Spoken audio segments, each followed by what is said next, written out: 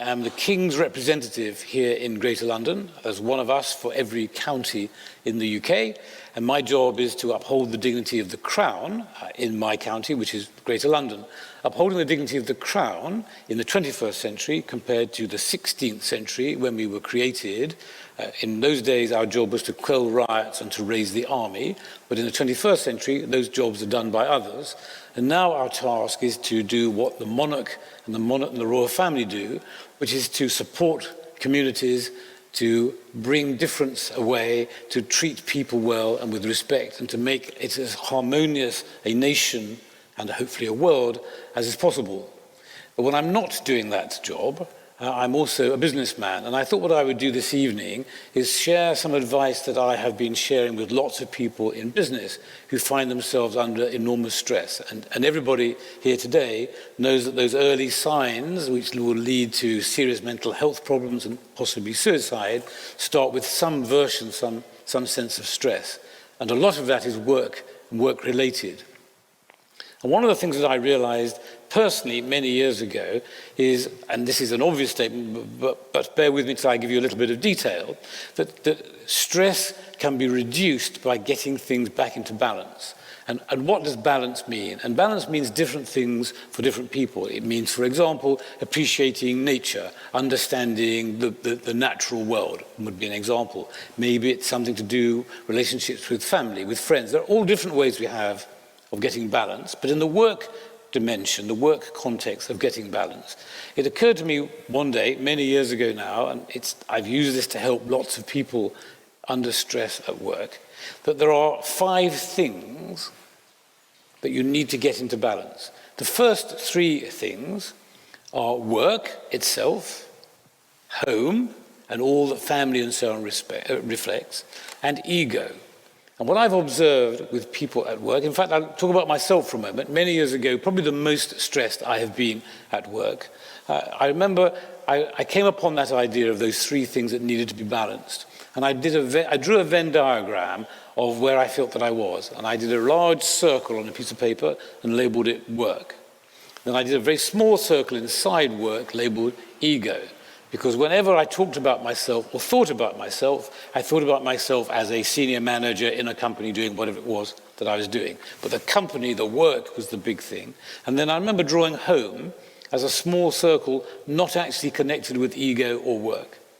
And I joke about it now, but I remember looking at this picture and thinking, gosh, this is such an honest description of my position, my situation, which is my world is dominated by work. The Ken, ego, is a little bit inside that, and it's got nothing to do with my wife, my family, anything else. It's all there.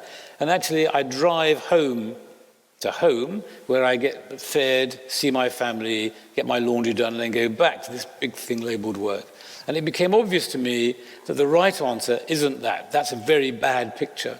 What one really wants are 3 equally sized circles that nicely overlap like a Microsoft Smart Art picture with the 3 equally, as I say, drawn circles. The important point about that, though, is the 3rd circle in the way I like to draw it, which is ego. Because so many people I've found under stress at work are so stressed about their job and possibly about their domestic circumstances, and they've got little or no time for themselves. So I argue those 3 things are equally important and need to be balanced. But I once met a man on an aeroplane in America who's now become my mentor for the last 40 years.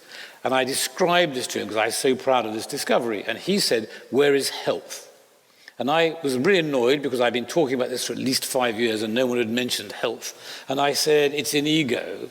And this stranger I met on the aeroplane said, no, it isn't. It's quite clear the way you described ego, though that's to do with yourself, your personality and so on. It's not health. And let me tell you, said this much older man, that if your health isn't there, everything else goes wrong.